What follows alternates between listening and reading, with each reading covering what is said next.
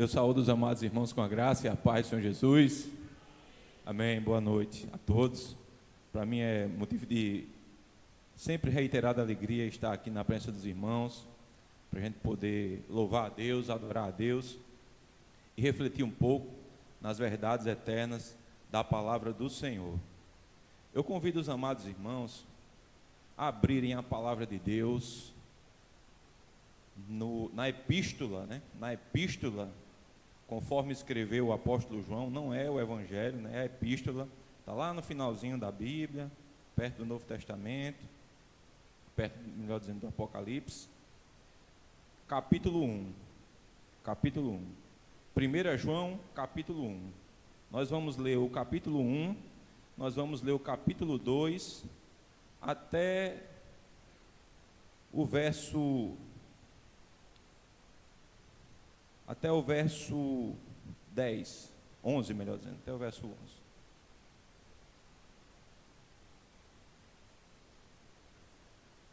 Todos acharam? Assentados como estamos, mas como os amados irmãos estão, mas com muita reverência à palavra de Deus. Vamos ler. Assim diz a palavra do Senhor. O que era desde o princípio, o que temos ouvido, o que temos visto com os nossos próprios olhos, o que contemplamos e as nossas mãos apalparam com respeito ao verbo da vida. E a vida se manifestou, e nós a temos visto, e dela damos testemunho, e vô-la anunciamos, a vida eterna, a qual estava com o Pai e nos foi manifestada. O que temos visto e ouvido, anunciamos também a vós outros, para que vós, igualmente, mantenhais comunhão conosco. Ora, a nossa comunhão é com o Pai e com seu Filho, Jesus Cristo. Estas coisas, pois, vos escrevemos, para que a nossa alegria seja completa. Ora, a mensagem que da parte dele temos ouvido e vos anunciamos é esta: que Deus é luz e não há nele treva nenhuma. Se dissermos que mantemos comunhão com ele e andarmos nas trevas, mentimos e não praticamos a verdade. Se, porém, andamos na luz, como ele está na luz, mantemos comunhão uns com os outros, e o sangue de Jesus Cristo, seu Filho, nos purifica de todo pecado. Se dissermos que não temos pecado nenhum, a nós mesmos nos enganamos, e a verdade não está em nós. Se confessarmos os nossos pecados, ele é fiel e justo para nos perdoar os pecados e nos purificar de toda a injustiça. Se dissermos que não temos cometido pecado, fazemo-lo mentiroso, e a sua palavra não está em nós. Filhinhos meus, estas coisas vos escrevo para que não pequeis. Se, todavia, alguém pecar, temos advogado junto ao Pai, Jesus Cristo, o justo, e ele é a propiciação pelos nossos pecados, e não somente pelos nossos próprios, mas ainda pelos do mundo inteiro. Ora, sabemos que o temos conhecido por isto, se guardarmos os seus mandamentos. Aquele que diz, eu conheço, e não guarda os seus mandamentos, é mentiroso, e nele não está a verdade. Aquele, entretanto, que guarda a sua palavra, nele, verdadeiramente, tem sido aperfeiçoado o amor de Deus. Nisto sabemos que estamos nele. Aquele que diz que permanece nele, esse deve também andar, assim como ele andou. Amados, não vos escrevo um mandamento novo, senão um mandamento antigo, o qual desde o princípio tivestes. Esse mandamento antigo é a palavra que ouvistes. Todavia, vos escrevo um novo mandamento, aquilo que é verdadeiro nele e em vós, porque as trevas se vão dissipando e a verdadeira luz já brilha. Aquele que diz estar na luz e odeia seu irmão, até agora está em trevas. Aquele que ama seu irmão permanece na luz, e nele não há nenhum tropeço. Aquele, porém, que odeia seu irmão está nas trevas, e anda nas trevas, e não sabe para onde vai, porque as trevas lhe cegaram os olhos. Louvado seja o nome do Senhor. Meus amados irmãos, eu tenho uma filosofia, um princípio comigo. Por outros motivos, Assim, acho que eu nunca comprarei um carro 0 km, por algumas convicções pessoais, Eu acho que se eu, por exemplo, pudesse dar 100 mil num carro, eu preferiria dar 100 mil num carro que fosse um carro 1.6, 4 portas, ar-condicionado, vidro elétrico, direção elétrica, do que dar 100 mil num carro zero que não tivesse todos esses opcionais, né? Mas, enfim, existe um outro ponto também pelo qual eu acho que eu nunca compraria um carro 0 km lançamento. E eu acho que o motivo ele é óbvio. Bem, na novidade, existe um grande percentual de desconhecimento. Você faz uma compra dessa, muitas vezes, no escuro, sem saber de fato o que está comprando. E é um raciocínio lógico, mas por que, meus amados irmãos e irmãs, mesmo sendo algo tão lógico, tão evidente, a indústria automobilística ela insiste tanto em lançar, né, novos modelos, em lançar novos produtos, mesmo sabendo que muitas vezes não está entregando algo tão bom quanto deveria entregar, ou quanto pelo menos ela diz que entrega, né? Prova disso é que muitas vezes, muitos carros que são lançamentos, né, eles não são continuados, porque o projeto não foi bom o suficiente, não vendeu o suficiente, ou quando são continuados, mesmo depois de passar por esse teste do lançamento, eles várias vezes são chamados ao recall, né, que é aquela chamada da fábrica dizendo assim: olha, você comprou um produto novo a mim, mas esse produto não era tão bom quanto eu disse que era, ou quanto realmente ele deveria ser. Então eu estou chamando você aqui de volta para consertar um problema que você comprou sem saber. Basicamente é isso. E a indústria insiste nisso, em novidades, em lançamentos. Por quê? Porque o ser humano ele é atraído pelo novo. Existe uma curiosidade, existe um desejo de possuir, de ter algo novo, que a gente não consegue explicar adequadamente. E, meus amados irmãos, é nisso que a indústria automobilística e a indústria de forma geral, ela se vale. É na curiosidade, é na novidade, é nesse desejo que nós temos muitas vezes de se apegar a algo novo e esquecendo daquilo que nós já temos, ou daquilo que nós vivemos, ou daquilo que nós conhecemos e sabemos. E aí, meus amados irmãos, essa carta de João, ela tem, entre vários ensinamentos que a gente leu aqui no decorrer desses capítulos, esse ensinamento que ele é o ensinamento básico dessa carta, né? É um ensinamento de que nós devemos olhar com muita cautela as novidades. E sempre usando a lente do Evangelho para avaliar essas novidades que se achegam até nós, muitas vezes com uma boa aparência, muitas vezes com uma boa apresentação, mas que vai, ao longo do tempo, quando a gente descobrir realmente o que é aquilo, vai nos fazer vários recalls, e talvez nem os recalls que nós faremos serão suficientes para poder reparar o dano e o prejuízo causado. Mas bem, e como vocês já puderam entender e compreender, e a gente já falou aqui, eu não estou falando basicamente de carros, não vim falar de carros nem da indústria automobilística, né? Eu vim falar justamente de vidas. Usei essa alegoria somente para explicar esse princípio básico do ensinamento dessa primeira carta de João, nesse ponto introdutório, capítulo 1, 2, até o verso onde nós lemos. Porque quando a gente, meus amados irmãos, a gente tem essa tendência de procurar o novo, muitas vezes a gente acaba tropeçando, errando e caindo. E João nos alerta aqui nessa carta, vai nos dar preciosos conselhos para que nós nos policiemos, para que nós andemos de acordo com a vontade do Senhor, andemos de acordo com a prescrição bíblica, para que a gente não seja enganado, para que a gente não seja atraído pela novidade nos lancemos a ela de uma forma inconsciente, de uma forma errada, né? Bem, dando início aqui à introdução da palavra,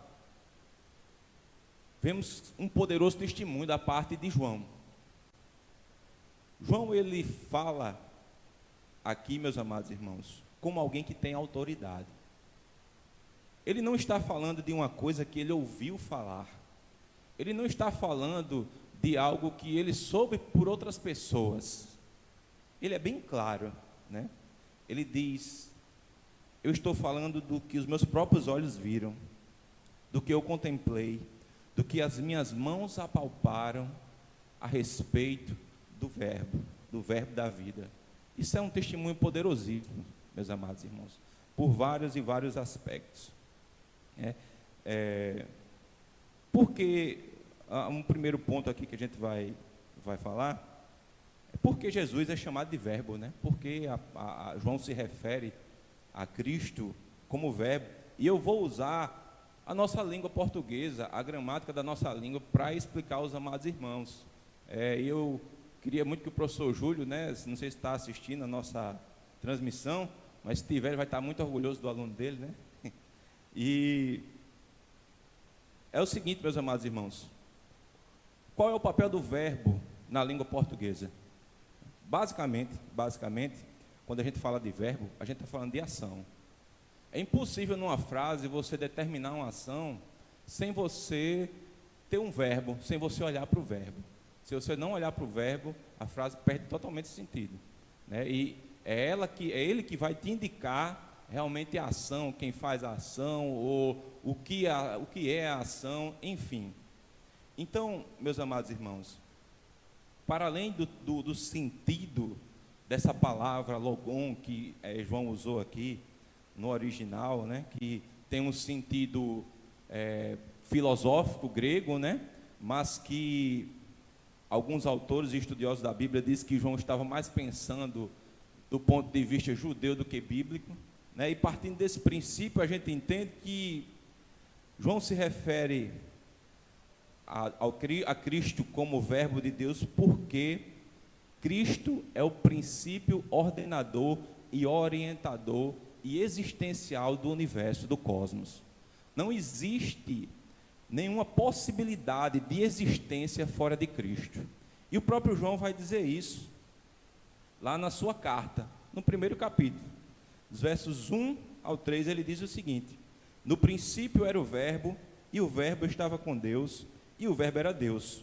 Ele estava no princípio com Deus. Todas as coisas foram feitas por intermédio dele, e sem ele, nada do que foi feito se fez. Então perceba o quanto João, ele expressa esse caráter de Cristo, essa essência criacional e existencial do próprio Cristo, nesses versos aqui, dando a entender aos seus leitores claramente, o papel de Cristo na criação do cosmos, da humanidade e de todas as outras coisas que foram criadas. E, meus amados irmãos, quando João fala sobre isso, ele fala com autoridade extraordinária, porque, como já foi dito aqui, ele não fala sem ter tido testemunho, ele foi testemunha daquilo que ele está falando. E essa é uma evidência da legitimidade e da autoridade que essa palavra tem, meus amados irmãos, porque nós sabemos o quanto os apóstolos de Cristo sofreram por amor ao Evangelho, por defender o Evangelho, por pregar o Evangelho, por viver o Evangelho. E ninguém, em sã consciência, suportaria sofrer tudo isso por uma mentira. Você suportaria sofrer o quanto por uma mentira? Para defender uma mentira? Será que quando alguém começasse a lhe torturar, você resistiria e continuaria sustentando a mentira? Será que se você visse um filho seu, um parente seu querido morrer, por causa dessa mentira, você continuaria sustentando a sua mentira? Pois é, eu creio que a resposta seja não, assim como eu também responderia não. Mas como João tinha convicção, tinha testemunhado, tinha tocado na verdade, ele sabia que todo o preço que ele pagasse por amor a essa verdade seria pouco. Então, era isso que movia o coração dos apóstolos a confessar o nome de Cristo, mesmo diante das mais terríveis situações e dificuldades que muitos deles passaram. João, no caso, foi, digamos assim, o melhor, entre aspas, deles, né? Foi o que teve mais sorte, vamos usar esse linguajar popular, que foi exilado. Todos os outros foram mortos, martirizados, torturados, enfim. Mas João foi exilado e trouxe, né, esse testemunho fiel do que viveu, do que sentiu, do que contemplou ao lado do nosso Senhor e Salvador Jesus Cristo. Continuando, meus amados irmãos, João agora se refere ao próprio Cristo, né, se refere ao próprio Cristo como a vida eterna. Ou seja, a anunciação de João é sobre o verbo da vida e da vida eterna. E aqui, para mim, meus amados irmãos, a intenção de João é muito clara.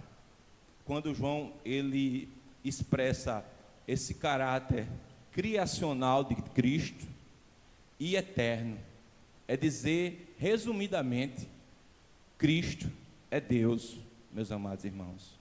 Essa é uma verdade incontestável das Escrituras, e que algumas novidades que surgem, né, isso aqui eu estou parafraseando João, vamos dizer assim, que eu esteja falando como se fosse João. Eu estou vendo, meus amados irmãos, que algumas novidades têm se levantado por aí entre vocês, e têm ganhado a simpatia de alguns. Por exemplo, tem gente dizendo aí que Cristo não foi uma pessoa, que Cristo não encarnou, que Cristo é só um holograma, que Cristo é só um espírito. Mas essa não é a verdade do Evangelho. A verdade do Evangelho é que o verbo da vida esteve entre nós. É isso que João está querendo dizer. E que não só esteve e habitou entre nós, mas que Ele é o próprio Deus, a manifestação real e perfeita do próprio Deus. E não há negociação em relação a isso, meus amados irmãos. João está alertando ao seu público de que naquele tempo de João já existiam doutrinas e heresias que se levantavam contra a divindade de Cristo.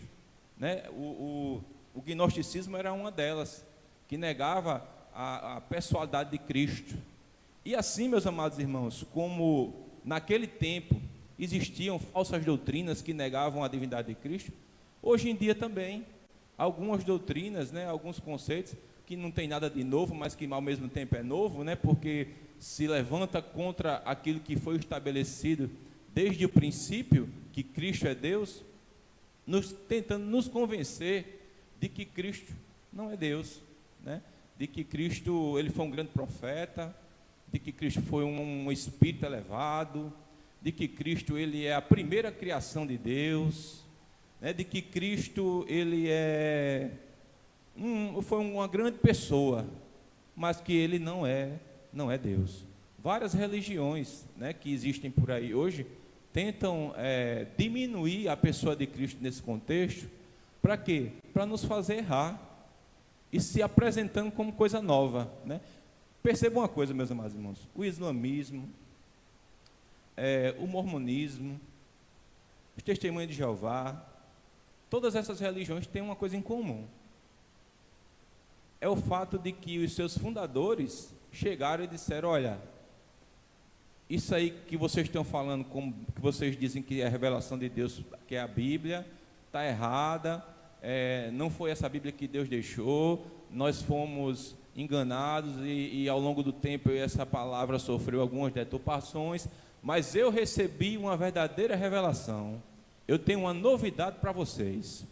Meus amados, quando vocês escutarem esses discursos, corra, fuja, porque certamente não é coisa que vem da parte de Deus. O que veio da parte de Deus é Cristo, aquilo que Cristo deixou, nos ensinou e nos legou através da palavra santa e bendita de Deus que está nas nossas mãos hoje. Essa palavra que já foi atacada, que já foi combatida, eu já ouvi várias tentativas de suprimir essa palavra, mas todas as vezes que isso acontece, meus irmãos, a palavra prevalece, A palavra supera todo esse tipo de dificuldade e armadilha que é tentado colocar contra ela, e o evangelho cresce, o evangelho se espalha, e o poder de Deus é manifestado nisso. Se fosse palavra de homens, como disse o rabino lá nos tempos de Jesus, certamente isso teria acabado, né? A Bíblia já nem existiria, ou o que o que nós teríamos nas mãos seria algo totalmente diferente. Mas a palavra de Deus, Cristo disse, passarão os céus e a terra, porém as minhas palavras não passarão. E assim como ele disse, está se cumprindo e vai se cumprir até a sua vinda. Glórias ao nome do Senhor por isso. E essa palavra que nos foi legada, meus amados irmãos, é a palavra de Deus. Ela é digna de toda aceitação. Ela é uma palavra que tem autoridade sobre a vida do homem, porque ela fala da parte daquele que é o Criador de todas as coisas. E o impacto e o poder que essa palavra tem na vida das pessoas atesta para essa autoridade, para essa autenticidade, para esse poder que essa palavra tem. Você já refletiu no poder e no impacto da palavra de Deus sobre sua vida?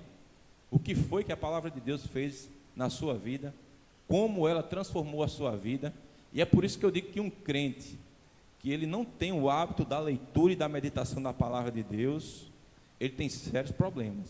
Ele está correndo um grande risco, um enorme risco, o risco de ser levado por qualquer novidade dessa de doutrina que surja aí e que canta os olhos dele, e que ele ache que seja mais relevante do que esse contexto que nós vivemos aqui, ou daquilo que ele já viveu como experiência. Porque se um crente ele não tem o hábito da leitura e da meditação, esse homem ele não tem experiências reais com Deus, ele não tem uma profundidade com Deus, ele não tem o ensino do Espírito Santo. Como é que o Espírito Santo vai ministrar o coração dele, se ele nem se dedica a estudar e a saber o que é que tem nas Escrituras? Como disse aquele homem que foi evangelizado por Filipe, né? Como é que eu vou entender se não tem ninguém que me ensine, né? Então, a gente precisa, meus amados irmãos, ter esse hábito, essa paixão, esse fogo no coração, de buscar conhecer a Deus. E a única forma de você conhecer a Deus é através da palavra de Deus. Não existe um outro meio, não. Não confie em uma outra pessoa que diga, olha, deixa essa Bíblia para lá, né? Isso aqui é uma coisa muito difícil de compreender, e tem muita coisa aqui que a gente precisa ter ressalvas com ela. Então, me escute e esqueça a palavra de Deus. Então, isso é um conselho maligno. Essa pessoa certamente está te dando um conselho, não é para o teu bem, é para a tua perdição. E esse foi o grande trunfo da reforma protestante, né? É fazer com que a Bíblia pudesse ser lida pelas pessoas, pelos populares, de casa em casa, e não só através da homilia da igreja, que era até em latim, que muita gente nem entendia nada, né? E que a Bíblia era tida como um livro muito misterioso e difícil, e que a interpretação verdadeira da Bíblia estava restrita à igreja, e que só a igreja é que poderia dizer o que de fato está na palavra de Deus. Mas a gente sabe, meus amados irmãos, que a profusão da Bíblia, a divulgação da Bíblia, transformou profundamente o mundo como ele era e como conhecemos hoje. Muitos dos valores que nós temos hoje, que são valores inegociáveis, né? A excelência da vida, né? A propriedade privada, a liberdade, o amor para com o próximo, a caridade, tudo isso são valores e princípios extraídos da palavra de Deus, que nos foram legados pelo próprio Cristo, e que, se nós não tivéssemos o livre acesso a essa palavra para poder nos aprofundar na pesquisa, na leitura, na meditação, a gente não teria conhecido e aprendido tudo isso da parte do Senhor. Então é por isso que é tão importante a gente ter esse apego, né? Por mais que o nosso dia seja corrido, a gente tem que ter um momento de meditação e de reflexão na palavra do Senhor, porque nós não temos como crescer como crentes se nós não crescermos em graça e em conhecimento de Deus através da palavra de Deus. Um outro ponto importante, meus amados irmãos, que João ressalta aqui nessa mensagem, é o aspecto da comunhão. Perceba que ele diz primeiramente, aí no verso 3, final do verso 3, ora, a nossa comunhão é com o Pai e com seu Filho Jesus Cristo. Então ele está evidenciando a essência e as bases da nossa fé. É que a nossa comunhão, ela é primeiramente com o Pai e com o Filho, Jesus Cristo. E esse é um outro valor que é inegociável, né? Nós temos que ter essa comunhão, essa intimidade, essa base de fé posta nisso, na nossa comunhão com Jesus Cristo e com Deus, o Pai Todo-Poderoso. Mas essa comunhão, ela não está restrita tão somente a isso. Essa comunhão, ela deságua na comunhão com os irmãos, que é a nossa expressão, é a expressão aqui na terra da nossa comunhão com Deus. E a vida cristã, ela exige coerência. Não existe possibilidade de você dizer, eu amo a Deus, mas eu vivo pecando tranquilamente. Ou eu amo a Deus, mas eu odeio a meu irmão. Essa dualidade não cabe numa vida. Ou você serve a Deus, ou você vive pecando. A gente vai desenvolver um pouco mais esse pensamento, mas basicamente é isso. Eu amo a Deus, mas eu odeio a meu irmão. Também é algo incompatível, porque Deus é amor. Se Deus é amor e você odeia seu irmão de alguma forma, então você não ama a Deus. João vai dizer bem claro aqui, você é um mentiroso.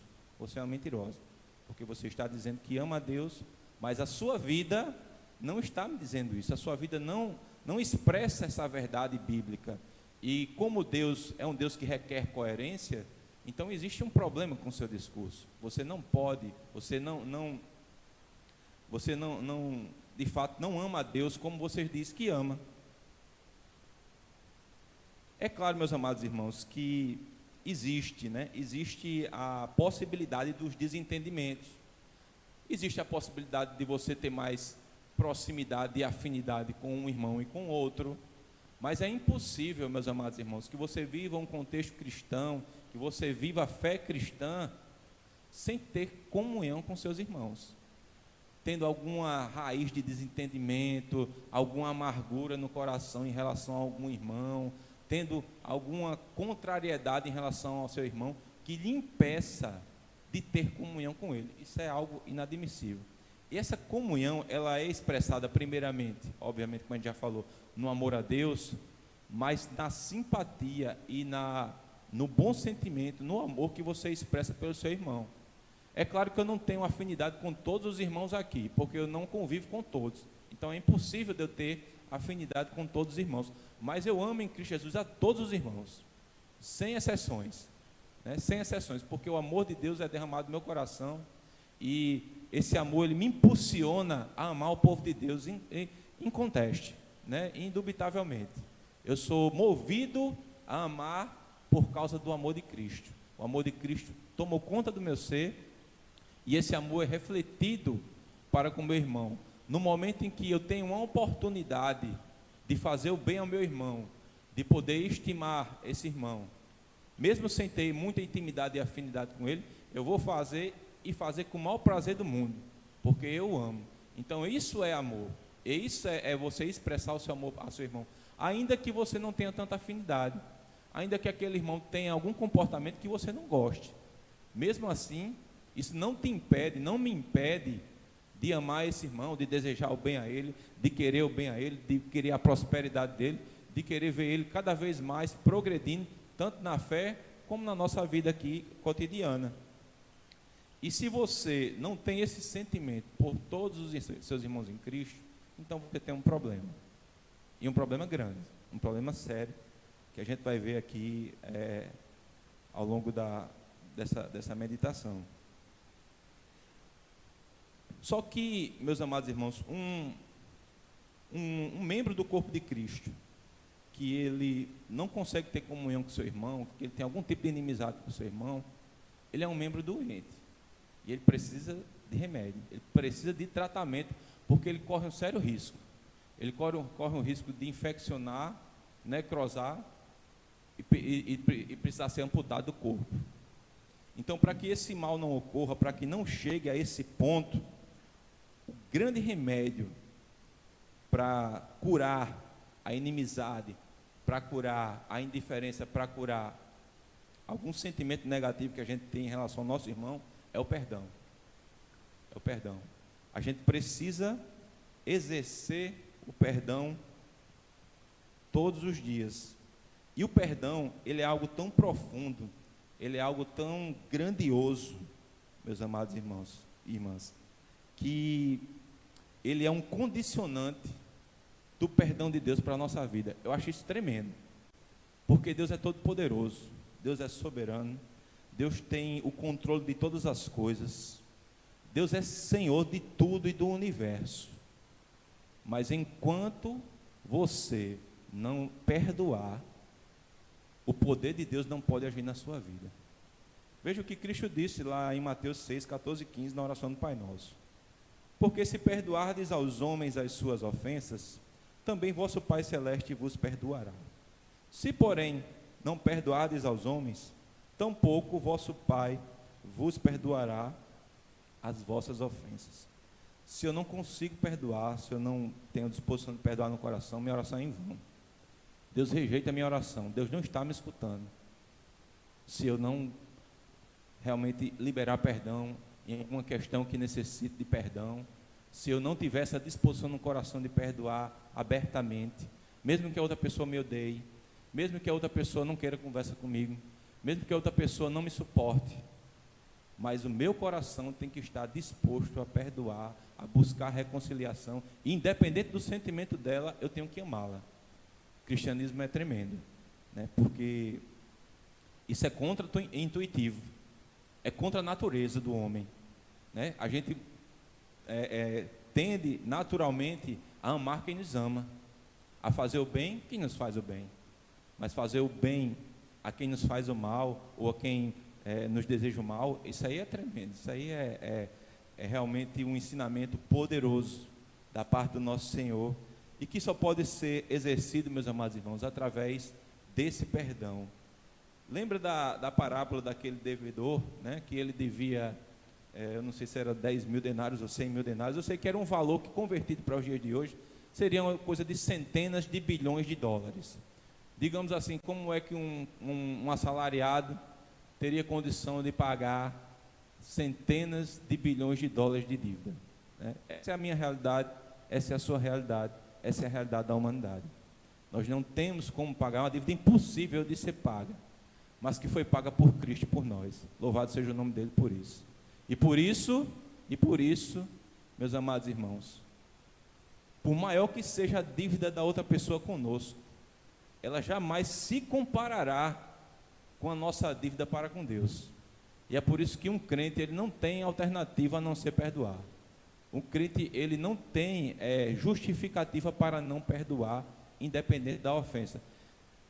É muito bonito falar isso, mas eu já vi uma cena, né, onde uma mulher crente, ela se depara com o assassino do seu filho, e ela olha no olho dele e diz: meu filho, eu perdoo você em nome de Jesus. Aquela cena para mim foi muito impactante, porque eu fiquei me perguntando: meu Deus, será que eu agiria como essa mulher agiu? Será que eu realmente teria disposição no coração totalmente de perdoar uma pessoa que me fizesse tão grande mal dessa forma? E eu percebo, meus amados irmãos, uma coisa, que eu, por mim mesmo, não teria jamais capacidade de exercer o perdão nesse nível. Somente capacitado pelo Espírito Santo de Deus é que o homem chega a um nível espiritual desse, de enxergar a grandeza de Cristo, a grandeza daquilo que Cristo fez por ele, e poder estender esse perdão a uma pessoa que lhe fez tanto mal assim, mesmo sendo um mal tão grande e grave como esse.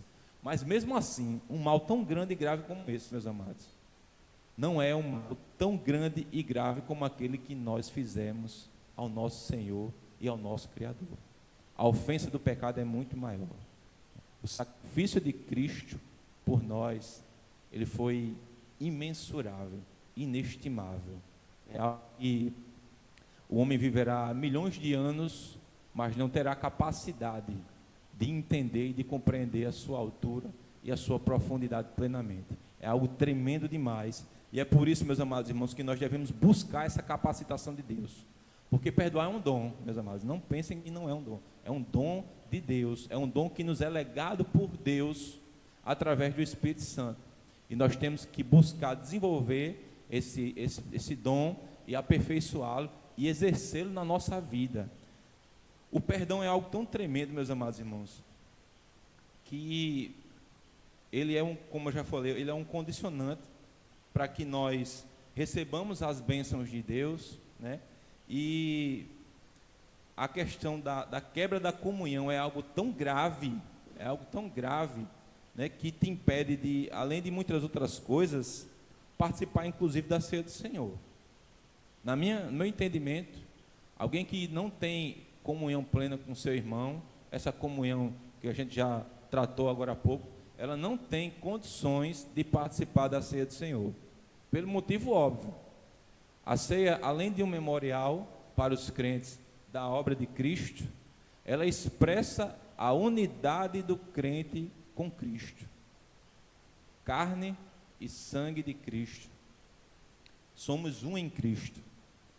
E como João bem disse aqui, se você não tem comunhão com o Senhor, se você não tem comunhão com o seu próximo, você não pode ter comunhão com o Senhor, você está mentindo. Então é por isso que eu entendo que uma pessoa que vive nessa condição, ela não pode participar legitimamente, dignamente da ceia do Senhor. E é por isso que essa situação é insustentável na vida de todo crente.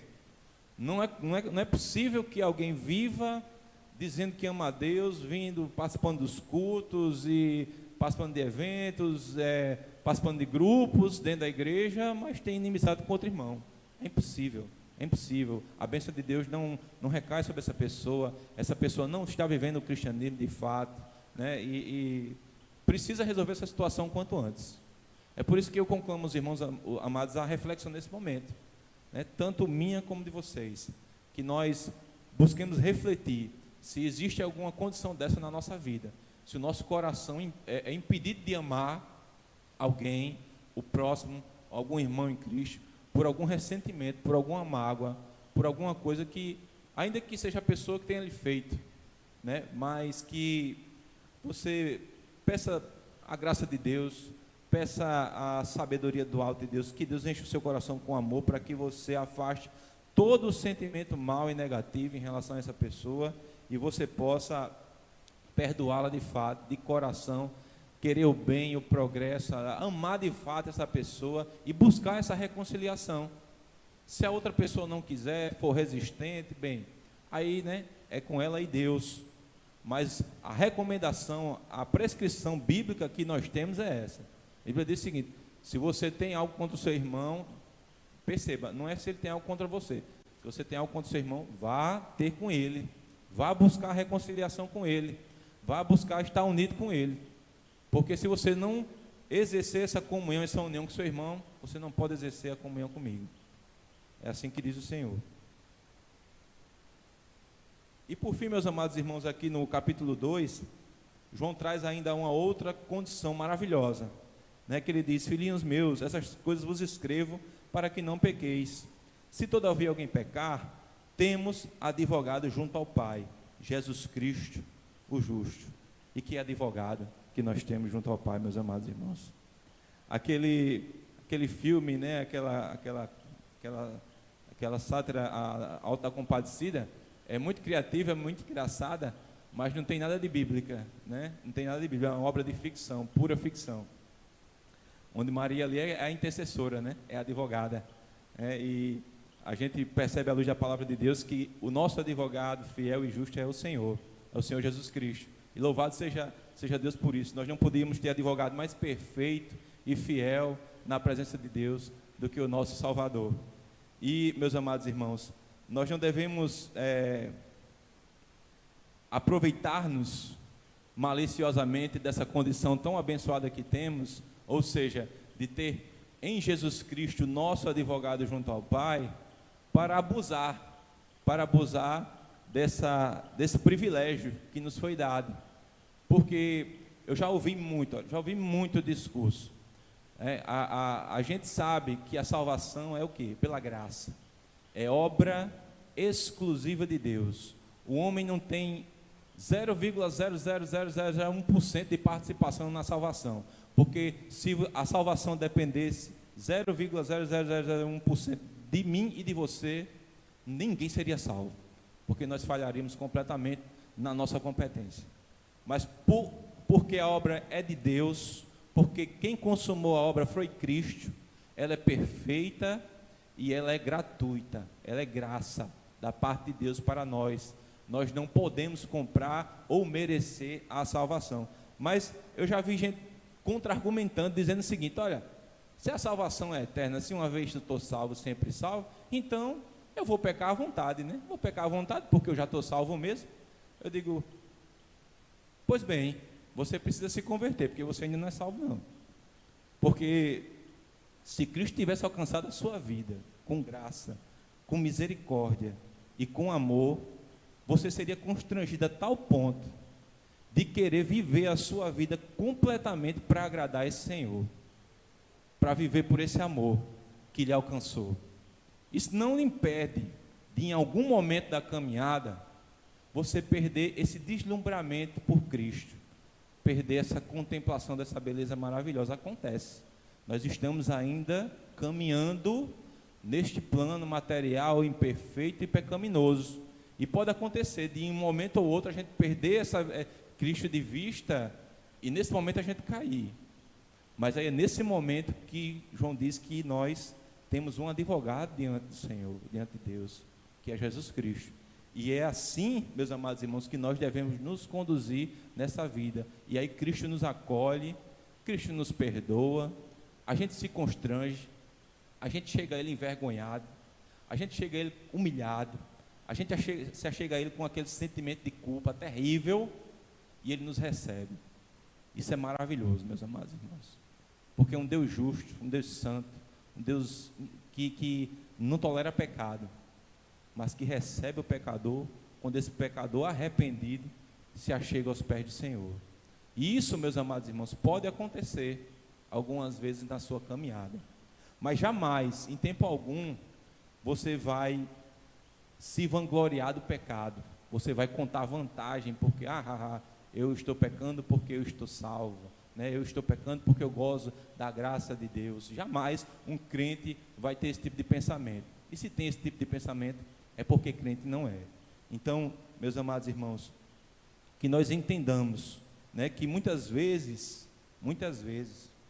você, quando estiver numa situação de fragilidade, né, e você pecar, você vai ouvir do diabo o seguinte: olha, abandona essa vida, né, isso daí não é para você, você não é capaz de viver o Evangelho, você precisa ver outras coisas, porque para isso aí você não dá.